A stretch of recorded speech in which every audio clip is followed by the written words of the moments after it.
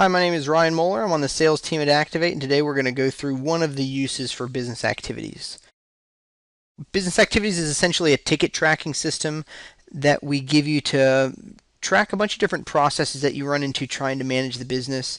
And one of the most common applications for this is for RMA Control or return authorizations.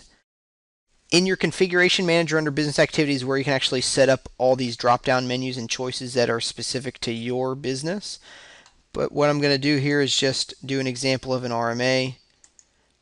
We can say that we're getting a call from Abercrombie in the system. They want to return some of the B10 binders that we've looked at previously because they were damaged in shipment. So we can come up here and choose the different type of ticket that we're creating for this scenario. Since I use this to track just about everything in the company, today or right now we're tracking an RMA. The statuses, priorities, codes, and resolutions are going to be unique to this type of ticket. My sales opportunity statuses, for example, can be completely different from my RMAs if I want to. So right now the status is going to be pending. This was damaged in shipment, so I can go ahead and mark this as a delivery issue. And then I can assign Floyd Harris because he took the original call from the customer.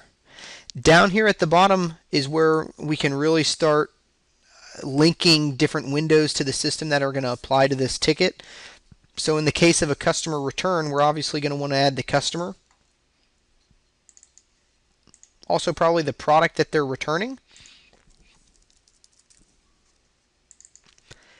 And then it might also make sense to add the sales order that they're returning the product against here. So we'll add those 3 items. And then in description and discussion, we can just kind of put an overview of what the situation is and then what the customer's expectations are on the return. So we can say Christy called to return 10 binders.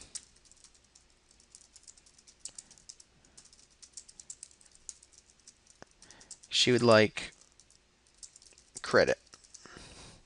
So we've put that on here. We can say, all right, Christy, I'm going to give you an RMA number. It's S4132X. This number is automatically generated for you. We use a sequential numbering system in Activate. We need you to write this somewhere on the outside of the box, or if you have some particular form that you send to them or email to the customer to fill out as a packing list, you can just have them reference that number in there as well. So we can save this, and it's going to be permanently linked to the customer file here. It's also going to appear on our business activity review. So if I was the warehouse manager and I wanted to see all my open RMAs, we could just turn some different filters on to see all those outstanding RMAs here. When the shipment arrives, it doesn't matter who signs for that. As long as they have access to Activate, they can come up here and type in that RMA number, S4132X. Hit tab, and it comes up. All the information that they need to know is going to be in this ticket here. They know what the customer's expectations are on the return, so we can come in here and start processing this through. It does look like it was damaged in shipment, so we can go ahead and authorize it.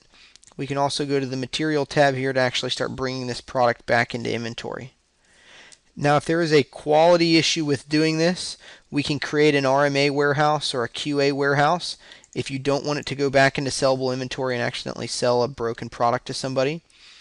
And we want to do a -10 here. And now when I save this, I can go to the create credit memo in this case. If I was doing an exchange order, I could have a -10 and a +10 to have it swap them out for it and create a new document for the exchange. But I'm going to do a credit memo now. It knows I was dealing with Abercrombie, and it also automatically put those binders in as a negative for the credit memo. I can invoice this out. Credit gets sent over to QuickBooks. It'll leave it as credit on their account. We can refund the credit card or issue them a check, however you want to process that through. But also what automatically happened behind the scenes was it linked this back to the main ticket here. So in any window that's associated with a business activity, it will have the ticket here for you to drill down to. So I have customer, product, original order, and now the credit memo that are all nicely linked. And whenever I close out, it will remove it from my business activity review list here because it's no longer open, it's closed. So this can be very beneficial at the end of the year. We can get you some reports that show just about RMA activity. You could very easily see, one, how many returns you had last year, the value of all the returns, the reason products are getting returned more than others. If I'm seeing a lot of delivery issues from a particular carrier, maybe we can stop doing business with them or get better rates. We can see what customers are returning more product than others. Just kind of analyze any negative trends here that are coming up so you can change the business for the future.